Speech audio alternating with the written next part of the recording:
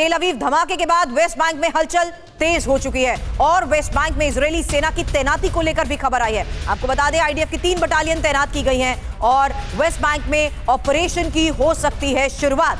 तो बड़ी खबर आपको बता रहे हैं, वेस्ट बैंक में इजरायली सेना की तैनाती को लेकर और आईडीएफ की 3 बटालियन की तैनाती जिस तरीके से की गई है, बड़ा सवाल कि क्या अब वेस्ट बैंक में भी ऑपरेशन की हो सकती है शुरुआत, क्योंकि तेल अवीव में सीरियल अटैक को लेकर टीवी9 ने खबर आपको दिखाई। लेकिन अब इसी बड़ी खबर पर बड़ा खुलासा,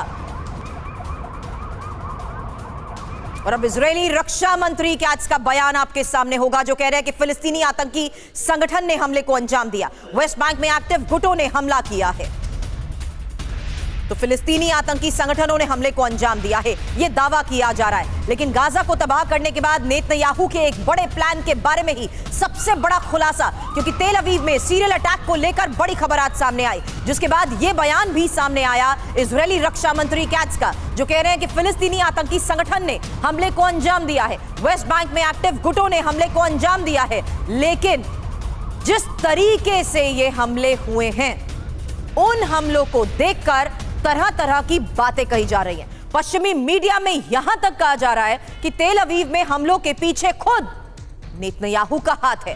क्या तेल अवीव हमले के पीछे नेतन्याहू है? यही इस वक्त का सबसे बड़ा सवाल, क्योंकि वेस्ट बैंक पर हमले के लिए इजराइल को बहाने की जरूरत, तेल अवीव पर सीरियल धमाके को हमले का आधार बनाया जाएगा। और मीडिया में इस बात की भी चर्चा कि तेल अवीव में हमलों के पीछे इजरायली एजेंसी।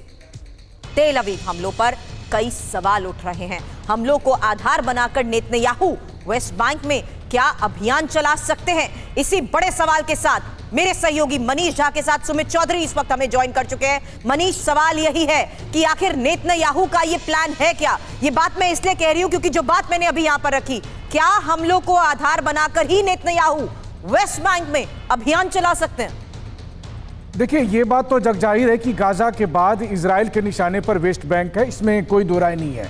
अब तेल अवीव में जिस तरीके से सीरियल बॉम्ब ब्लास्ट हुए, उसको लेकर हालांकि इजरायली एजेंसियां अभी जांच कर रही है, लेकिन उसमें जिस तरीके से तमाम बातें सामने आ रही है, उसको लेकर बहुत सारे सवाल हैं।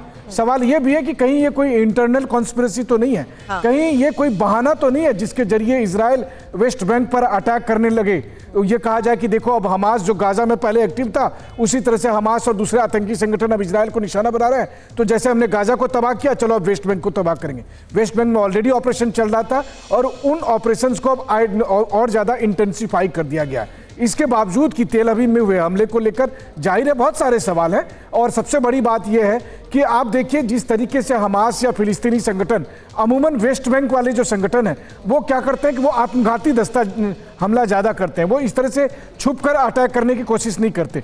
या दूसरी बात है कि अब बॉम्ब में, हिब्रू में या अरबी में मैसेज लिख के देना, ये सब बहुत कुछ फिल्मी स्क्रिप्ट जैसा है, जिस पर बहुत सारे जो विशेषज्ञ लोग हैं जो लगातार इजराइल पर पैनी नज़र रखे हुए हैं, उन सब ने सवाल उठाना शुरू कर दिया है।